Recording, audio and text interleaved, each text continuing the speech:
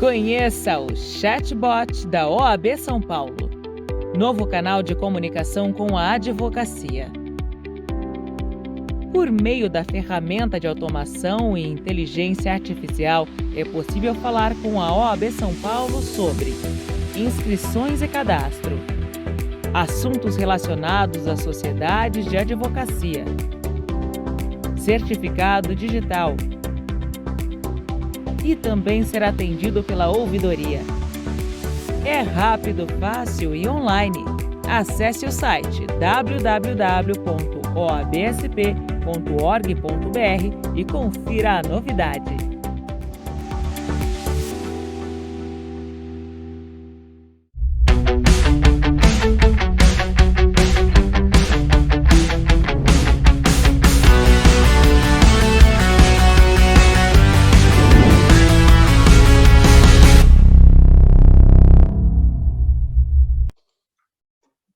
Olá pessoal, tudo bem? Sejam muito bem-vindos. Eu sou o professor Marcos Vasconcelos, advogado, professor de Direito Constitucional e Direito Administrativo, mestre em Direito do Estado, e hoje eu estou aqui, a convite da Comissão de Cultura e Eventos da OAB São Paulo, presidida pelo doutor Rogério Cury, para tratar de um tema que eu acho bastante importante, um tema de extrema relevância, que são as imunidades parlamentares, não é? É um tema importante porque vocês devem acompanhar os noticiários, né, nesses últimos tempos, e muito se fala na questão da imunidade dos parlamentares. Que imunidades são essas? Que imunidade eles têm? Enfim, então eu acho que é um bom momento para nós tratarmos desse tema tão importante, certo? E aí, eu acho que a primeira coisa que nós temos que fazer é entender o que são essas imunidades, não é? Realmente existem algumas imunidades para os parlamentares, deputados e senadores, falando aqui, nós vamos focar em parlamentares federais, e aí no final eu faço uma ponderação, vamos dizer assim, a respeito de deputados estaduais e vereadores. Tá? Mas o foco inicial é falar de deputados federais e senadores. Bom, esse vai ser o foco principal das nossas aulas. E a primeira coisa que nós temos que analisar é a seguinte: o que é uma imunidade parlamentar? Qual é o conceito?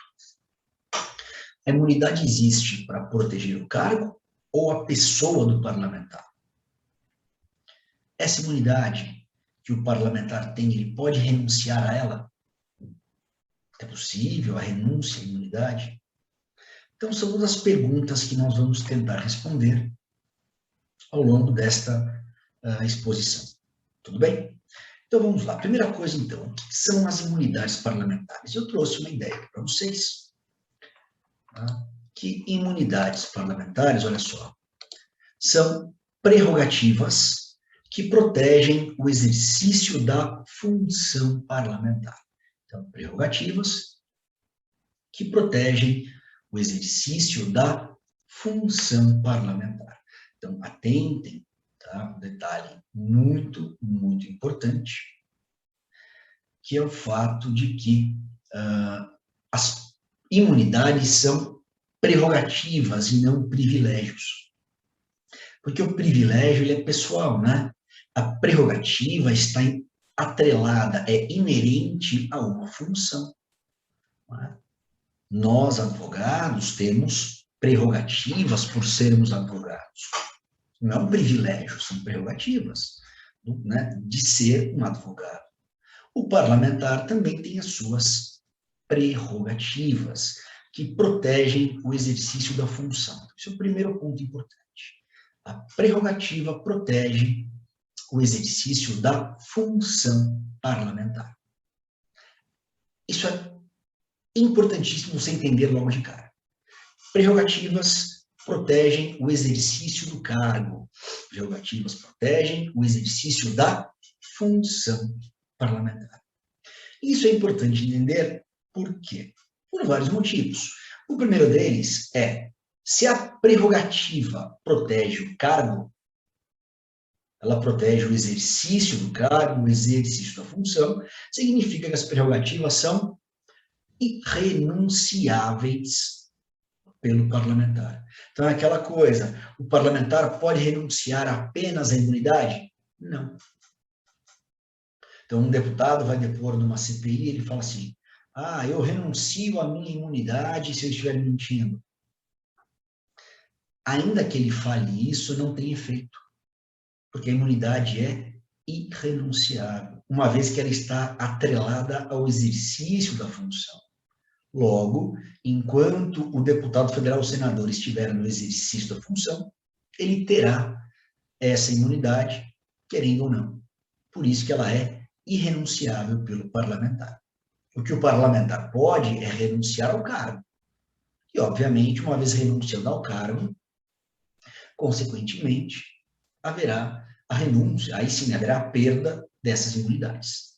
Mas renunciar apenas à imunidade não é possível. Tudo bem? Esse é um ponto fundamental. E onde estão previstas as imunidades parlamentares que nós vamos usar para basear esta aula? Então, o fundamento para as imunidades parlamentares estão no artigo 53 da Constituição Federal. Então, o artigo 53 da Constituição é o artigo que vai nos trazer todo o arcabouço do fundamento constitucional para essas imunidades. Claro que além desses dispositivos aí, que estão no artigo 53, obviamente tem muita coisa de imunidades parlamentares que está previsto em jurisprudências do Supremo Tribunal Federal. Claro, então nós vamos usar o artigo 53 como fundamento, mas claro que vamos também trabalhar aqui as inúmeras jurisprudências do Supremo Tribunal Federal que tratam do tema da imunidade parlamentar. Tudo bem? Então, vamos tratar desses principais aspectos aqui, dada a importância que o tema possui. Então, a primeira imunidade que nós vamos tratar, um detalhe importante, a imunidade tem uma súmula, lembra que eu falei, né? Eu falei que além da lei nós teríamos jurisprudência, já comecei com um aqui, que é a súmula 245 do Supremo Tribunal Federal, que diz que a imunidade parlamentar ela não se estende ao co-réu sem essa prerrogativa. Então, um deputado federal e alguém que não é deputado, não é? Eles cometem lá, existe uma coautoria aí no caso, eles são co-réus em um determinado crime. A imunidade que o parlamentar tiver não se estende ao particular. Ela não se estende ao particular. A imunidade parlamentar, ela está atrelada ao cargo.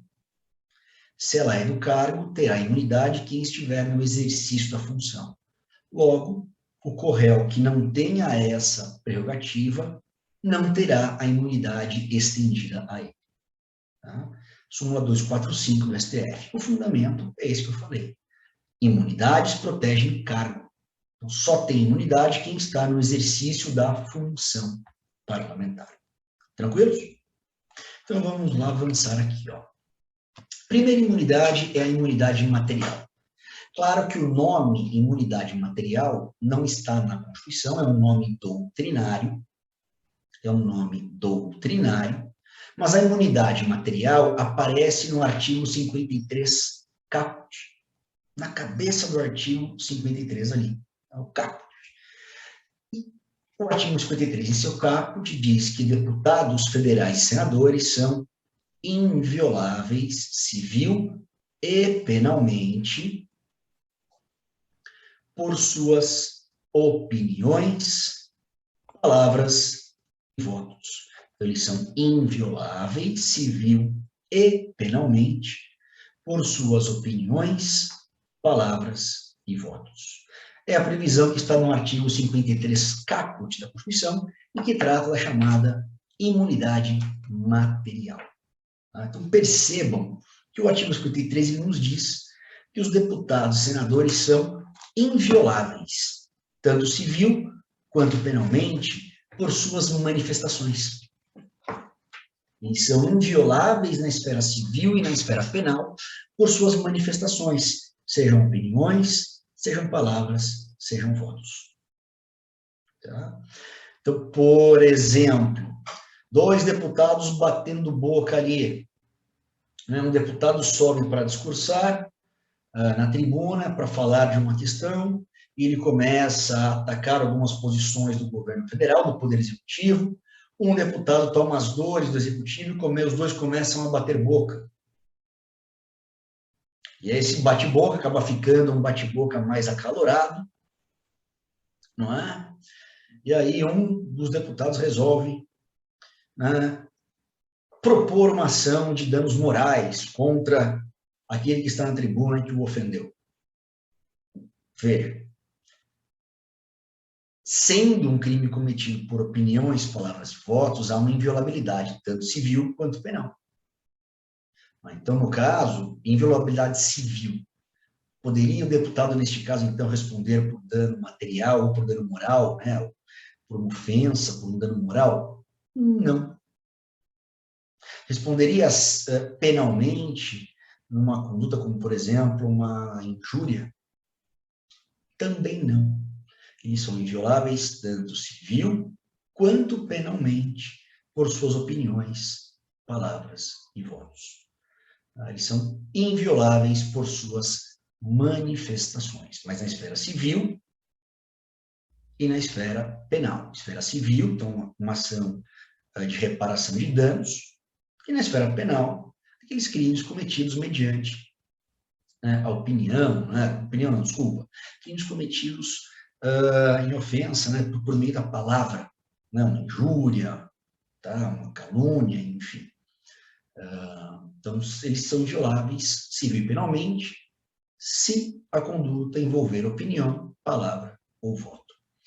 Uma questão interessante que se coloca é a seguinte: será que o deputado federal, o senador, ele só tem a imunidade material dentro do Congresso Nacional? Será que ele só tem imunidade quando fala da tribuna? Ou será que o deputado federal, o senador, também terá imunidade material, por exemplo, se estiver em um outro estado? Então, imaginem vocês que um deputado federal veio aqui ao estado de São Paulo e foi dar uma entrevista para um jornal daqui de São Paulo. Tá? Então, o deputado federal vai dar a entrevista para o jornal, na condição de deputado, e vai falar sobre as questões, né, sobre os projetos de lei que estão sendo aprovados, e nesse momento em que ele fala sobre os projetos de lei, ele acaba atacando o governo federal, dizendo que o governo federal não tomou as medidas necessárias, enfim. Pergunto a você: esse parlamentar dando entrevista para este jornal aqui de São Paulo, estando aqui no estado de São Paulo, ele terá a imunidade material ou ele responderá por essas manifestações civil e penalmente? Isso é uma questão importante, porque amanhã você, como advogado, pode vir a defender um parlamentar. E a questão é a seguinte: tá? O que o Supremo Tribunal Federal entendeu? O Supremo entende que a imunidade só será aplicada quando houver nexo entre a manifestação do parlamentar e o exercício do cargo. Decisão proferida no HC 115.397. Então, para o Supremo, a imunidade só será aplicada quando houver nexo entre a manifestação do parlamentar e o exercício do cargo. Então, não importa onde o parlamentar está. Não importa onde ele está, dentro ou fora. O que importa é que a manifestação tenha nexo com o exercício do cargo. Então, naquele exemplo que eu dei, parlamentar, deputado federal, vem ao estado de São Paulo e dá uma entrevista para um jornal de São Paulo. E nesse jornal ele acaba criticando o governo federal. Ele vai responder civil ou penalmente por suas manifestações? E a resposta é não. Não vai por quê? Porque existe um nexo entre a manifestação dele e o exercício do cargo. Ele fala na condição de deputado. Então, a fala dele tem nexo com o cargo. Por isso, ele está protegido pela imunidade material. Agora, se esse deputado federal, por exemplo, vai a um restaurante e ao sair do restaurante ele ofende o manobrista do valet que demorou para entregar o carro para ele. Ele xinga o manobrista do valet na frente de todas as pessoas que estão no restaurante. Neste caso, ele pode invocar imunidade material? E a resposta é não. Neste caso, ele vai responder por essa manifestação, haja vista que essa manifestação não tem relação, não tem nexo com o exercício do cargo. Entendemos isso? Isso é fundamental. Então, neste caso, como não há nexo entre a ofensa ao manobrista e o exercício do cargo, o deputado responderá, tá? Civil e penalmente, se for o caso. Tudo bem? Um detalhe importante. Tá? Quando o deputado, então, ele faz uma manifestação e essa manifestação tem nexo com o exercício do cargo, ele tem imunidade material, ou seja, ele é inviolável na esfera civil e na esfera penal.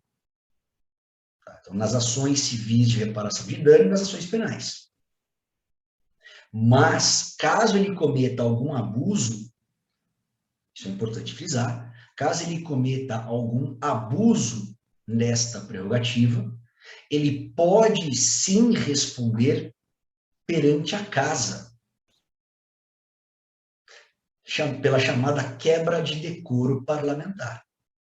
Mas aí é uma situação que ocorre perante a casa. Câmara, se for deputado, Senado, se for senador. Entendido?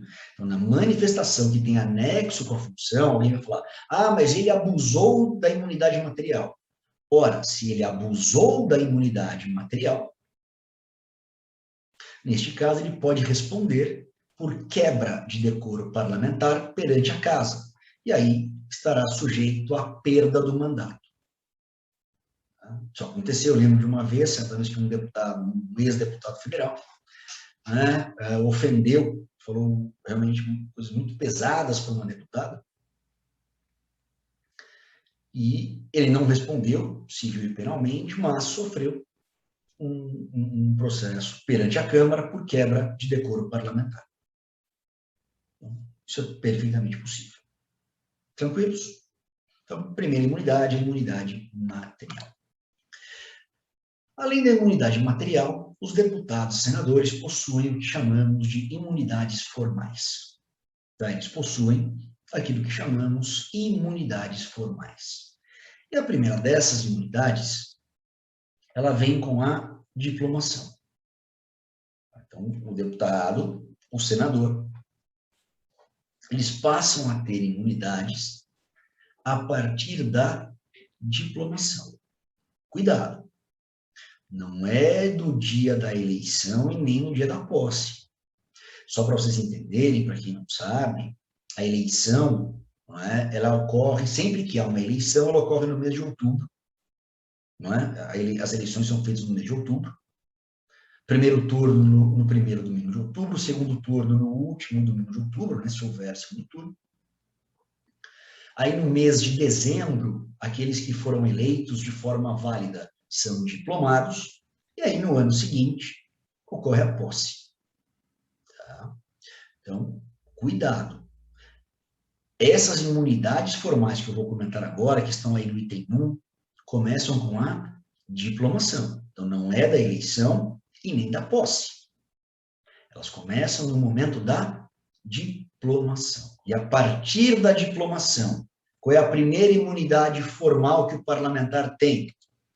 A primeira imunidade formal que ele tem é a possibilidade de ser processado e julgado no Supremo Tribunal Federal. Então, a partir da diplomação, deputados e senadores são julgados no Supremo Tribunal Federal. Deputados federais e senadores são julgados no Supremo Tribunal Federal. Tudo bem? Julgados, portanto, no STF. Claro que isso aqui é aquilo que nós chamamos de foro por prerrogativa de função. Não vai me falar foro privilegiado, né? Porque não é privilégio, lembra? É um foro por prerrogativa de função. Agora, cuidado. Ele sempre, o deputado ou o senador, vai ser processado e julgado no Supremo Tribunal Federal? E cuidado, porque aqui existe uma decisão do Supremo Tribunal Federal. O Supremo Tribunal Federal sofreu uma decisão na petição 7990, em agravo regimental, cujo relator foi o ministro Marco Aurélio, uma decisão em 18 de 2020, e o Supremo entendeu que para o deputado federal ou para o senador ser julgado no Supremo Tribunal Federal, é necessário que o crime seja cometido no exercício do mandato e tenha relação com a função. É aquilo que eu falei para vocês. A ideia é que a imunidade protege o cargo, o exercício da função, não a pessoa. Então, repetindo, tá? O deputado federal, o senador, para ser julgado no Supremo Tribunal Federal, o crime tem que ser cometido no exercício do mandato e ter relação com a função. Se não tem relação, o julgamento vai aí para a justiça comum, enfim, em primeira instância, e vai para a justiça competente. Não fica no Supremo Tribunal Federal. Assim como, obviamente, se o deputado federal, o senador, perder o mandato. Não é? Perdendo o mandato, o processo sai do Supremo e vai para a vara competente, sei lá, primeira instância, aí vai para a vara competente. Tranquilos? Então, esse é um primeiro ponto. Então, da diplomação, processados e julgados no Supremo Tribunal Federal, mas com essa ressalva de que o crime tem que ser cometido no exercício do mandato e ter relação com a função. Se o processo tramitar no Supremo, perdendo o mandato, o processo também sai do Supremo e vai para a instância pertinente, normalmente primeira instância. Tudo bem? Outra imunidade a partir da diplomação, agora letra B, tá vendo? Da diplomação, então letra B. A partir da diplomação, os deputados federais e senadores não poderão ser presos, salvo flagrante de crime inafiançável. Então, eles não poderão ser presos, salvo flagrante de crime inafiançável. Cuidado. Primeiro ponto, lembra que eu falei que é a partir da diplomação. Da diplomação, o deputado ele não pode ser preso, essa é a regra. Ele não pode ser preso, isso é uma regra. Agora, não pode ser preso em hipótese alguma, aí está errado, porque toda regra tem exceção. Qual é a exceção? A exceção é a prisão em flagrante de crime inafiançável. Então, não é só flagrante delito. Atente, não é flagrante delito. É flagrante delito, mas de crime inafiançável. Aí, a Constituição permite a prisão do parlamentar. Ah, Marcos, então não cabe prisão preventiva de parlamentar? Não. Nem prisão temporária? Também não. Nenhum tipo de prisão cautelar. Não cabe. Claro que aí se torna cabível a sentença penal condenatória transitada em julgado. A prisão decorrente de sentença penal condenatória transitada em julgado, ok, esta se aplica. Se houver a condenação criminal a uma pena privativa de liberdade transitada em julgado, claro que ela se aplica para o deputado ou para o senador. Mas aí é uma sentença criminal transitada em julgado. É diferente. Agora, uma prisão preventiva, uma prisão temporária, não cabe. Só a prisão, no caso aí, em flagrante de crime inafiançável. Então, por exemplo, um deputado é flagrado, não é, cometendo crime de tortura, que é um crime equiparado a hediondo. Não é? Portanto, um crime inafiançável. Não é um crime equiparado a hediondo. Logo, um crime inafiançável. Então, isso é importante frisar. Sendo um crime inafiançável, então vamos imaginar que houve aí, não é? Como eu disse, houve a prisão em flagrante do deputado por crime de tortura, não é? Se tem flagrante de tortura, tortura é um crime inafiançável, é um crime equiparado aí de um... Está lá no artigo 5º, 43 da Constituição Federal.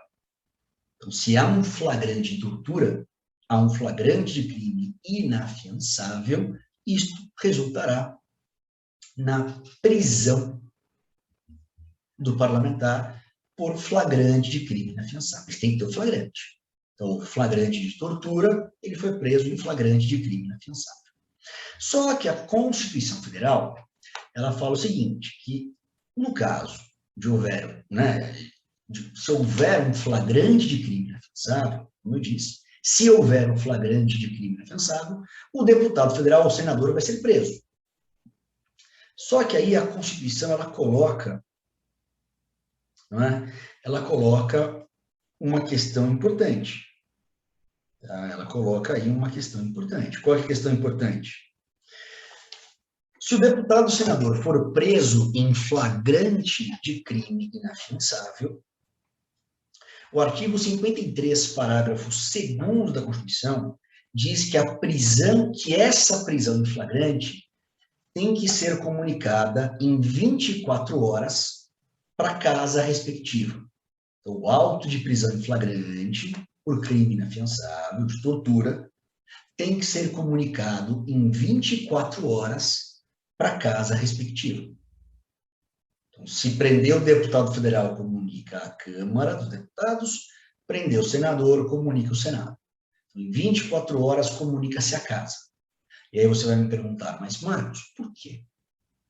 Esta comunicação é feita por quê? Porque a casa, pela maioria de votos de seus membros, resolverá sobre a prisão. Então, eu vou repetir. A casa, pela maioria de votos de seus membros, resolverá sobre a prisão. Ou seja, a casa vai resolver se o deputado permanece preso ou se responderá ao processo em liberdade. Então, vejam só que interessante, né? Que é o que está aqui, na observação. Artigo 53, parágrafo 2º.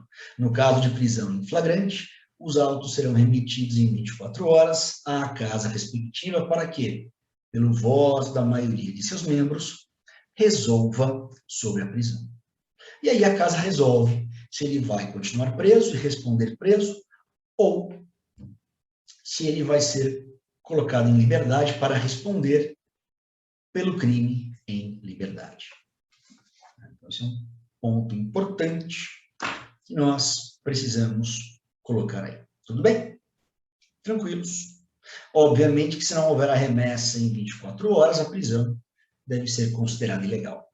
Então, você como advogado, fique atento a isso. Outra imunidade importante.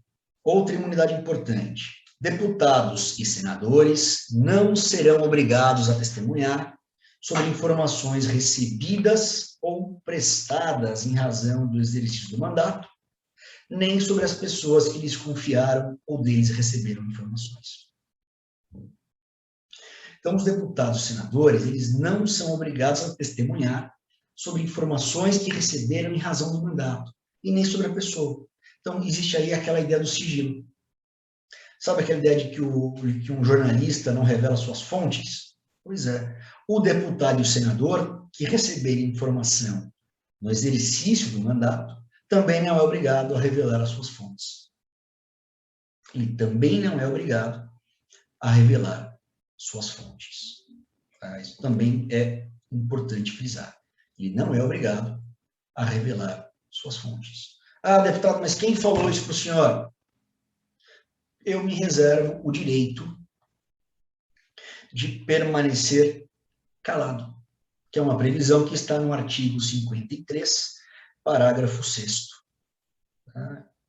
Artigo 53, parágrafo 6º da Constituição Federal. Tudo bem? Então, uma outra imunidade.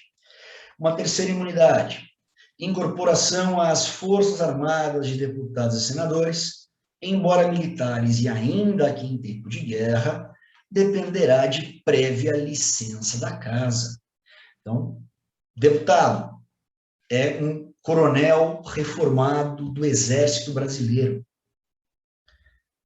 E esse coronel, então, estamos em tempo de guerra, e ele foi chamado, né, às fileiras, ele foi chamado para ser, então, incorporado, não é? Ele foi chamado para ser incorporado às Forças Armadas. Ora, neste caso, mesmo que estejamos em tempo de guerra, isso dependerá de prévia licença da Casa. Previsão do artigo 53, em seu parágrafo 7º. Pela incorporação às Forças Armadas de deputados e senadores, embora militares e ainda que em tempo de guerra, então depende de prévia licença da Casa. Poxa, mas estamos em tempos de guerra. Ele é um coronel reformado do Exército Brasileiro, não? Mesmo em tempos de guerra, é necessária a prévia licença da Casa. É uma imunidade que ele tem, fundamentada no artigo 53, em seu parágrafo 7º. Tudo bem? Um detalhe importante também que eu quero comentar, que eu deixei para o final agora, é uma questão que existe para aqueles casos em que os deputados e senadores, eles cometem crime após a diplomação. Tá? O crime ocorrido após a diplomação. Eu deixei para fazer essa observação agora, porque é importante falarmos disso. Então, o deputado ele comete um crime após a diplomação. Tá? Então, isso pode acontecer, claro. Então, o deputado federal, o senador, comete o crime após a diplomação, não é? E aí, obviamente, cometendo o crime após a diplomação, esse crime tendo relação com a função, a competência, como nós vimos, vai ser do Supremo Tribunal Federal. Não é? A competência será do Supremo Tribunal Federal para processar e julgar. Pois bem, no caso, então, do crime cometido após a diplomação, se o Supremo Tribunal Federal receber a denúncia, tá? Se o Supremo Tribunal Federal receber a denúncia pelo crime ocorrido após a diplomação, há uma questão colocada pela Constituição. Tá? O que a Constituição fala no artigo 53, parágrafo 3º? Ela fala que, recebida a denúncia contra o deputado federal ou senador por crime ocorrido após a diplomação, o Supremo tem que dar ciência à casa respectiva. Então, o Supremo ele tem que dar ciência à casa respectiva. Então, esse é o primeiro ponto. O Supremo recebeu a denúncia contra um deputado ou senador por crime ocorrido após a diplomação. O Supremo recebeu a denúncia, deve, então, ele comunicar à casa respectiva. E aí você vai me perguntar, mas por quê? Perceba que aqui não tem nada a ver com a prisão, né? Não é a prisão. Prisão, falei lá atrás, é uma outra coisa. Aqui estamos falando que o Supremo recebeu a denúncia contra o deputado ou senador pelo crime cometido após a diplomação.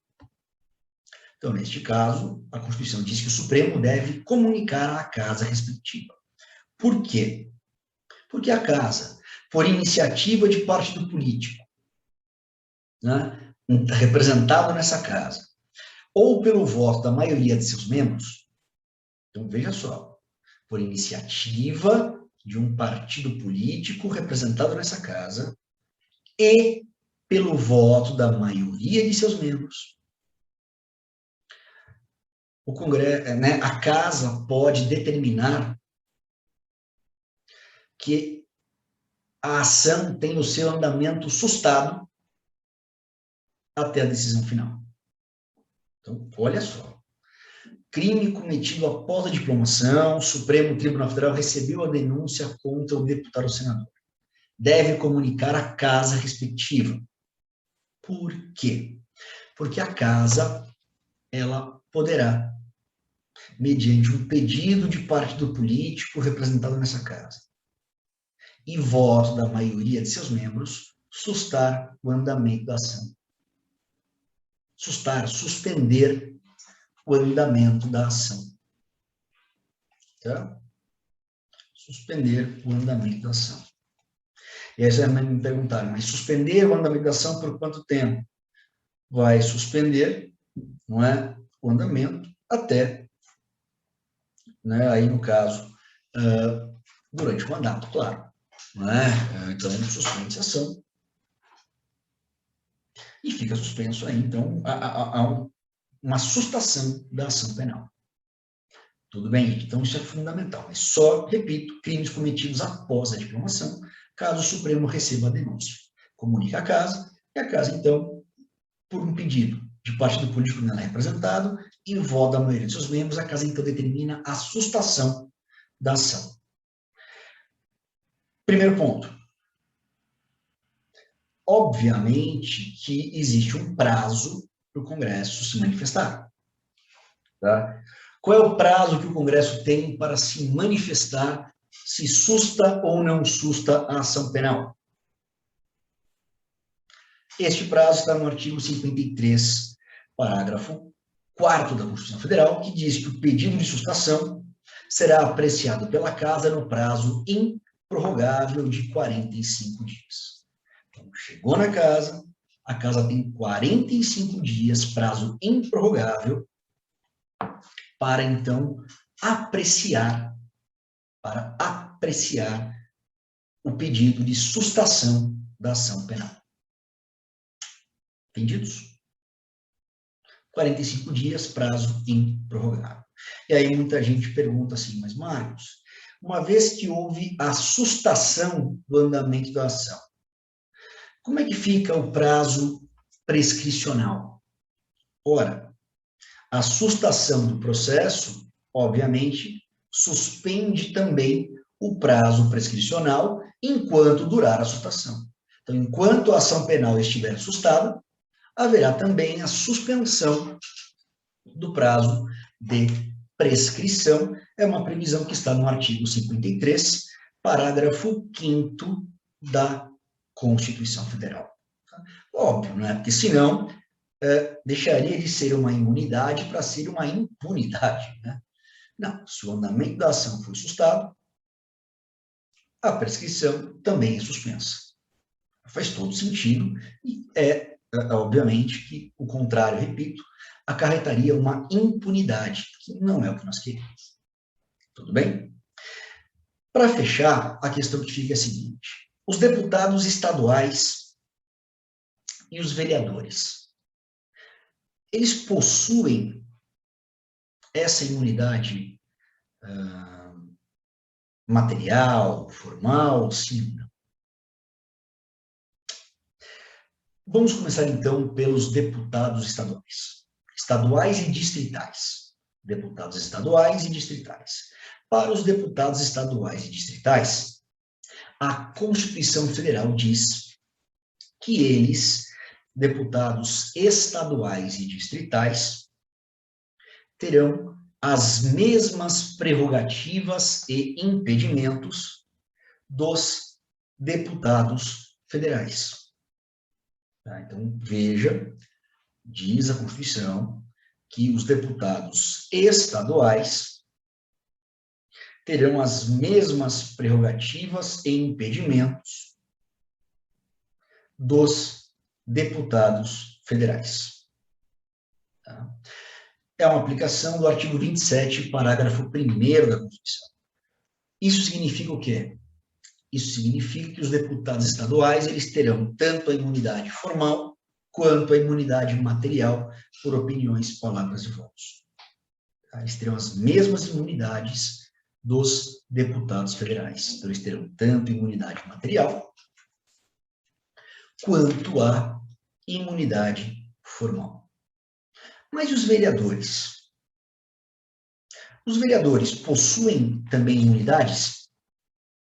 No caso dos vereadores, tá, o vereador ele não tem imunidade formal. O vereador não tem imunidade formal. O vereador tem apenas a imunidade material, nos limites da circunscrição de seu município. Então, apenas a imunidade material por opiniões, palavras e votos, e na circunscrição de seu município, que é uma previsão do artigo 29, inciso 7 da Constituição Federal. Então, ali no 7º inciso do artigo 29, está dito que os vereadores possuem apenas imunidade material nos limites da circunscrição do município. Então, fora do município, eles não têm imunidade material, e aí, dentro ou fora do município, eles não possuem imunidade formal. A formal, ela vale para deputados federais, senadores, deputados estaduais e distritais. Vereador não tem. Tudo bem? Era o que eu tinha para comentar hoje a respeito das imunidades parlamentares. Foi um prazer estar aqui com você. Um forte abraço e até uma próxima.